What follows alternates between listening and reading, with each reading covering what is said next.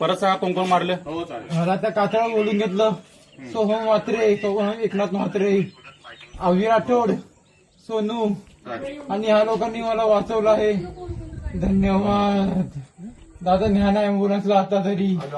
रत्नागिरी शहरानजीकच्या कुवारबाव साईनगर येथील 7 बंगल्याच्या मागे कोयत्यानं सपासप वार करून सूरज राजाराम झोरे वय 25, मूळ राहणार नायरी संगमेश्वर, सध्या राहणार विरार मुंबई या तरुणाचा अज्ञात कारणातून खून केल्याची घटना गुरुवार दिनांक 21 मे रोजी रात्री 9:30 ते 10:53 कालावधीत घडली आहे. यामुळे रत्नागिरीमध्ये एकच खळबळ उडाली आहे. या प्रकरणी 3 संशयितांना ताब्यात घेण्यात आलं असून अधिक तपास शहर पोलीस करत आहेत.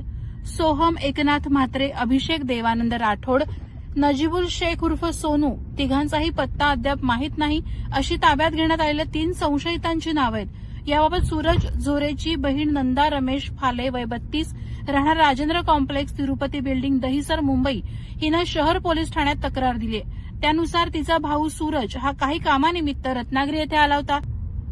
मिळालेल्या माहितीनुसार गुरुवार दिनांक 21 मे रोजी रात्री 9:30 ते 10:53 कालावधीत साईनगर 7 बंगल्याच्या मागे रेल्वे ट्रॅक परिसर येथे सूरज आणि त्याचे साथीदार एकत्र बसले होते.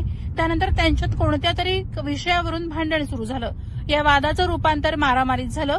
संशयित तिघांनी मिळून सूरजवर कोयत्यानं सपासप वार केले. मानेवर, हातावर वार करून त्याला जीवे ठार मारण्याच्या उद्देशानं गंभीर जखमी केलं. सूरज तिथून कसाबसा निसटला आणि जवळ असणाऱ्या एका घराजवळ गेला. घराचा दरवाजा बंद होता.